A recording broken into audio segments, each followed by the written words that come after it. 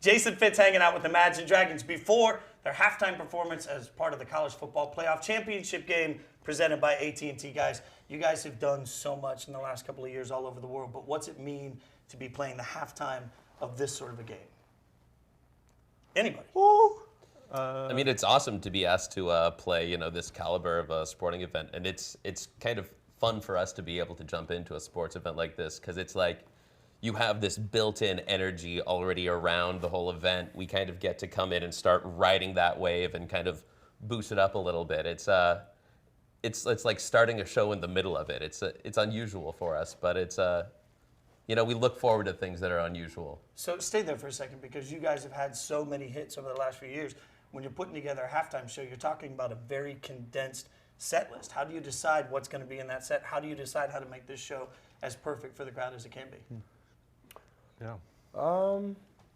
I think now that we're a decade into our career, we kind of just pick the songs that we want to play that feel exciting to us and relevant to the occasion. And so, lucky for us, we write a lot of songs. We're into writing a lot of music that's pretty grand because we're from Las Vegas, and that's just a part of, it's kind of infused in everything we do, and that matches the sports realm quite often well, I think. And so, we had a lot of songs to choose from and chose the ones that we thought felt best. I mean, don't get me, there's certainly anxiety too. I take on all the anxiety.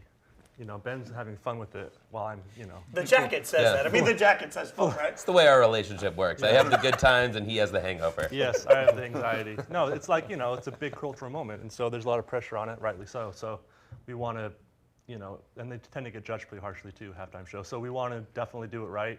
We put a lot of thought into the songs and the order and all that stuff. So yeah, we know athletes will watch film of games to try to prepare. So we've just been, for the last 3 months, nonstop watching halftime shows and trying to highlight, put things in slow motion. So what ones? Like where to tear. Shows?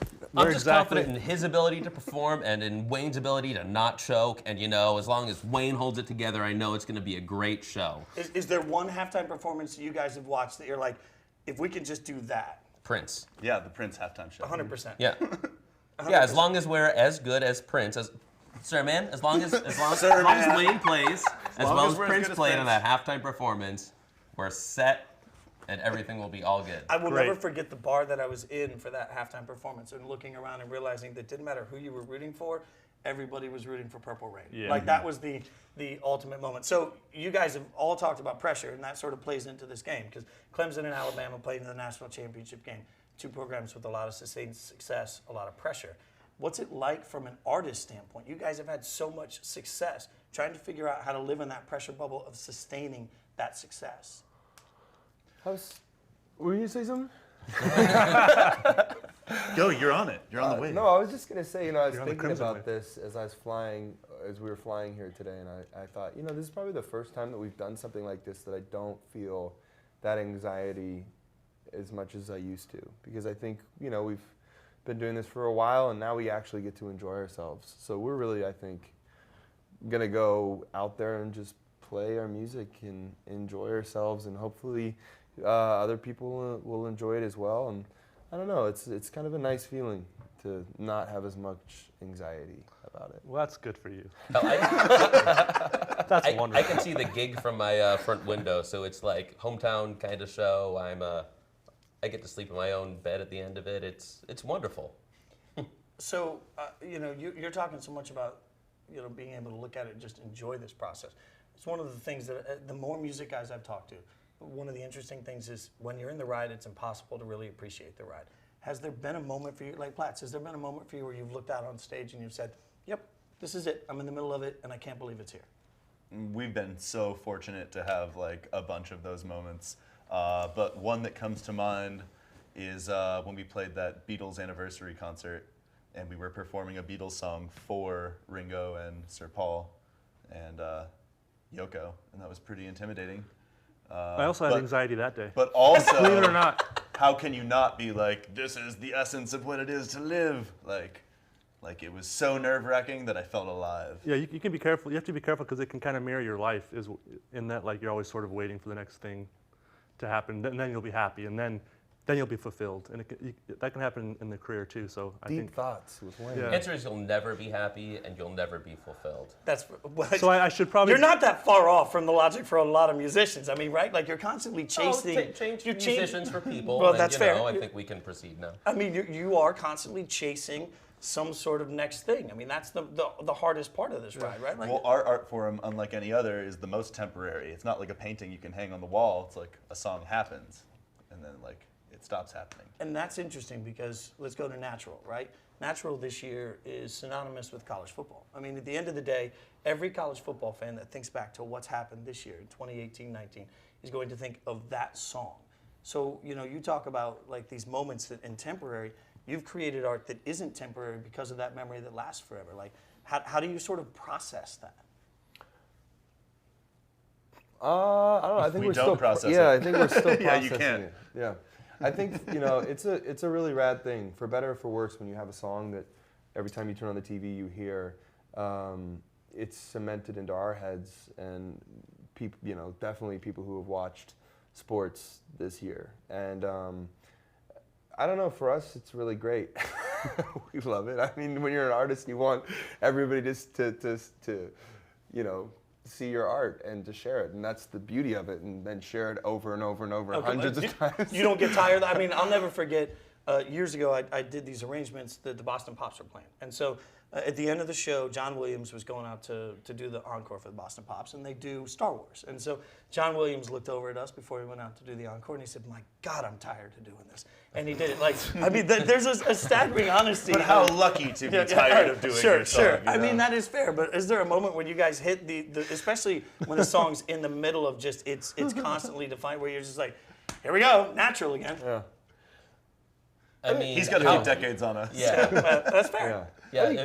Yeah. Ask us in 30 years, and maybe we'll have some part of our career. In that Ben's we can case, curse. ask his tombstone. I would love, Yes. I would love to see some, sports teams warming up to some Star Wars music, though. I That'd think be awesome. that would be pretty rad. I Like, think most musicians, when their music comes on the radio and they're like, "Oh God," and they turn it off, I would guess that most of them are actually like, well, if they're in the car by themselves, they might be like, I think that it's rad. If once it stops being rad, then you don't deserve to have that anymore. It's really cool to get in the car and hear your song, and to turn on the TV and hear your song. And I get that for some people it's not cool to have to hear it 100 times, but for me, I love it. So, I mean, I don't know. okay, well, what about Yeah. the first time you hear, like, is the radio, you mentioned that, everybody talks about that, but the first time you hear your song on TV, like, that's got to be a trip, right? Like, even, okay, when you have all this anxiety, you hear it on TV, and you're like, yeah, or you're like, oh my Well, God. don't ask me about these things, because when it comes on the radio, like in my car, like on a streaming service, it's tricky because I do kind of not want to listen to it, but I also don't want the algorithm to change where, someone didn't like our music. So I turn the volume down all the way, but I still have it streaming. So that way I get the biggest band in the world. Memory of our song. Yeah. The biggest band in the world is Turn down our worried music about, when it I comes turn on. it down all the way, but I keep it going. Hey, man. I keep it going. I've heard this. Wow. I mean, I've heard, I hear it on stage. No, I see how it is. How Okay. often do you guys go back? Like a lot of people don't realize. You mentioned film earlier, Platz. Like a lot of people don't realize that you record shows from a standpoint for whether it's your soundboard or whether it's video. How often do you guys go back and watch your own performances and say, "Hey, we're no longer playing that song"? Does it happen? We've watched plenty of footage of ourselves, especially at the beginning of a tour. It's really important to watch the show, make sure the production is like the way that, I don't know, like it's hard. We have the worst seat in the house for seeing the production, so we have to like rely on a video back. Well, and I always thought it was tricky on the road because, if you start flubbing up a little bit with Which what I you're will. playing, Which I will. and Sure. then Ben starts, he's like taking some liberties. Everybody starts taking liberties. 6 months later, all of a sudden, the song is totally different. I mean, Yeah. how do you keep that in check? You don't. I think you let the show evolve, and the show at the end of the tour is different than at the beginning, and it's something that is exciting for us. It's how we keep it interesting. I actually sat down to listen to all of our albums consecutively the other day while I was getting my hand tattooed, and it was strange how much some of these songs like how I expect them to be the live version when I'm listening to them. How like my muscle memory as I'm listening along with them is like, oh, and then we do this break. Oh, no, we don't. No, we don't. Oh, and then we go and play out. Are you just going to gloss over those hand tats? I mean, that's like that's savage work on your hands. Like scale of 1 to 10 pain. Where are we? Worst imaginable pain I've ever had, but only on certain parts of the hand, the palm and the cuticles. Everything else is, just very, very painful. Okay, any other? Like cigarette being put out on your skin kind of thing. Like, because I've got a lot of color work on my arms, and I called some of my friends after I got it that told me it didn't hurt, and I'm like, hey, if you don't think that hurts, we're not friends anymore. Like, your pain threshold's a little weird for me. Wait, are you all tatted up? Like, I have no tats. There's 2 tats and 2 no tats. Okay, 2 and 2. All right. Tatless. What are we going to do to get the other 2? We're in our 2 tribes, and we're not budging. Okay. Yeah. Oh, that makes sense. Okay. Unless I, feel inspired. I don't know. What do you think? Will you ever feel inspired to get a tattoo? I don't think so. At least as of right now, I don't have anything against it. I think the guys have done a fantastic job with their tattoos, and We've been they're watching enough highlight for reel me. of us getting tattooed, Yeah. getting better. So wait, we're all going to get a tattoo together. We can live vicariously through these guys. Yeah. Oh, that's great. Okay, but only if it's matching symmetrical leg sleeves. I can't do it. Like, plus you start if you get I shave my arms. Like, I'll admit that I'm a grown man. I shave my arms. Like, the color looks better when you shave them. I don't want to have to shave my legs My too. legs are naturally hairless. No. Naturally No. hairless. If You you just don't- wait. That's a canvas. Yeah, you guys get It's a bragging. I think point. that's a health. I'm I think familiar. that's a health problem, Ben. It's a gift from the gods. That's Yes. what that is. Yeah. Okay, so I should let's see my doctor. let's I used to have hair. It's slowly falling off from my feet up. seriously. No. I think if you wear tight socks, then that what it does? It keeps the hair from. Because my dad, he's a working man. He always has dress socks here, and I know, and he has pretty hairy legs, and I've always noticed that he has no hair. Really? Where the sock line is. Yeah. But I only wore shorts and flip-flops all through high school, and I That is never true. had How hair. the hell college. did you go from shorts and flip flops to that? And college. Yeah. That's how I met you, was in flip flops. Much like our show over a tour, I have evolved as a person as life has worn on me. Okay, so Platz, I know you're an NBA fan. Any other big sports fans? Is there like a favorite team anywhere for y'all? Like Vegas is a tie, so you guys did some stuff with the Golden Knights. We Does love that the make Knights. that makes you Absolutely. big hockey Yeah, nuts? UNLV. I grew up in Vegas, so I have a lot of love for UNLV. Yeah, I grew up a big Niners fan. I'm a Bay Area local. Okay, that's And good. Joe Montana was kind of good. Yeah, I would say so. I also grew up as a kid in Vegas. Oh, And really? when I was in Vegas, UNLV was amazing at basketball. Yeah, I back grew in up in the Running Rebel era. Yeah. I'm 41, so I grew up in the area of like Larry Johnson, Stacey Yeah. Augmon, like crushing it. It's a little sad now. Yeah, it's UNLV tough. basketball used to be great, and now they're just sort of. I think we're gonna come around. I feel like it's funny because I'm really happy about the Knights because it's brought. Finally, the city's been waiting for something to rally around, especially all the tragedy that's come across Vegas in the last couple of years. And so I think it's been fantastic to see everybody kind of come out and support a team. And I think we can still do that for the Rebels. I just think it needs to be reignited. Will you guys be Raiders fans when they move to Vegas? Hell yeah, yeah. Anything in Vegas, I will support. In that case, Still we're all love my besties. Falcons, but yes. Oh yeah, Atlanta. So where's the craziest place on the road you've tried to watch a game?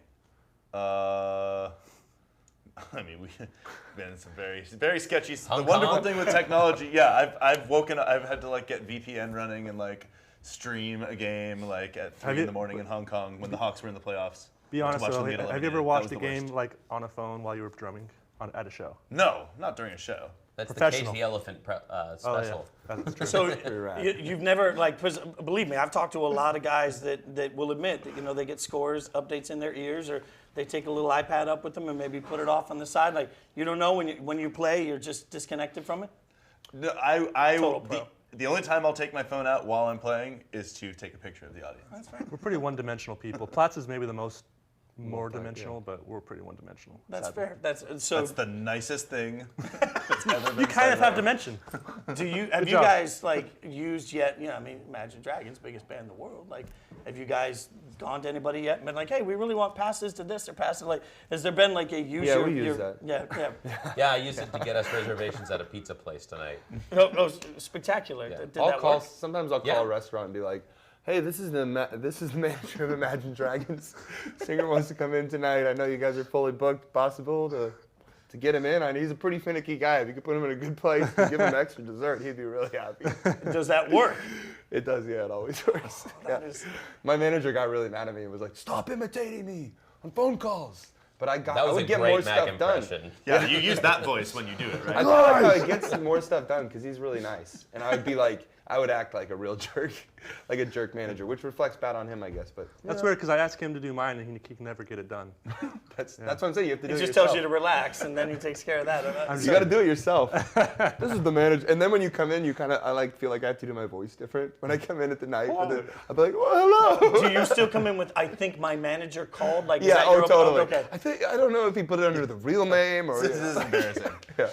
Would you like to defend yourself? He's here. No, you don't want to. Yeah. Okay, no, he doesn't want to be. He wants nothing to He do wants with it. no part of it. Okay, Inoffensive. so on a serious note, 17, 18, I mean, I've jokingly and flippantly said a few times, biggest band in the world. I mean, what you guys have accomplished is staggering, right? You've had 2 incredible years back to back. You're doing the college football halftime show. I understand all of these elements together. At some point, how do you sort of separate where you've been to figure out where you want to go next? You take breaks. And you try to stop and reflect on life. That's what that's kind of what we're doing this year, right? Yeah. No, we're going to. We're going to. No, One of these days. Yeah. Well, to be honest But with how do you. you manage that? Yeah. Like, because you're in an industry where Yeah. taking a break is scary. Yeah, no, and I think we've gotten to a point now where we can say, okay, we can take a break, we'll be okay. But with that being said, we were going to take a break this year, and then this opportunity came about, and we said, you know what, this is a once-in-a-life opportunity. It's really Hi, awesome. George. You know, we have to go do this. And look, we're here, and we're really excited about it, and I think it is an amazing opportunity. But I do think that, you know, we're going to take a break at some point. At some point. I think I'm saying that to myself right now. I mean, you basically said it is scary to take a break in this climate. So I think, I don't know, it's not really a place of fear. It's just like, you know, the industry's always changing. Drive. And our own drive and ambition. But then how do you, like, because the other part of it is above and beyond breaks is evolution, right? Like, pop continually evolves. So part of your beast is like being true to you, taking a break to replug, but then also figuring out how to Yeah, make but pop the human body is weak and needs Any human body that can replenishment. wear that is not weak. I'm telling you. This is all like defense. You know how like poisonous critters have like bright colors? Be like, don't touch me. This is just me saying, leave me blowfish, alone. right? Leave me alone. I'm easier seen than like spoken to. Critters. Critters. Yeah. Wow. Yeah, I don't know. I do think we could use a break from music for a little bit. I think we might take a break here in a little bit, to be honest. Like speaking very honostly, I think we will. In a few months. Yeah. We'll take a break. Before we get out, collaborations. Lil Wayne, obviously, a part of this one. But collaborations are something you guys do really well. And it's not easy. Like, it's collaborating with artists in different genres is such a compromise. And I think that that's an underappreciated portion of it. What makes you guys so good at it? I think our music is pretty versatile. We get put into the kind of lopped into the box of rock music because we have a fantastic guitarist and we play our instruments, you know, at shows live.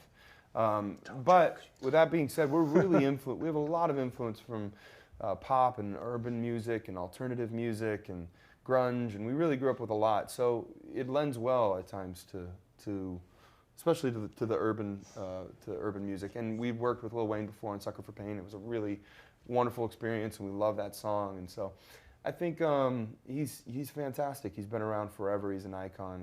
He's really proven himself. And so we feel humbled to just be able to share the stage with him. And Okay, everybody wants to collaborate with you guys. There has to be. So I know, you know, let's let it out here. Let's just tell the world this is your open plea. We got 1 billion views on these things that we do on ESPN Digital. Let's tell the world who you guys want to collaborate with. Michael McDonald. Kai Kuo Jin. I have a Michael McDonald story for you. There's that. Seriously, I mean, Paul Simon.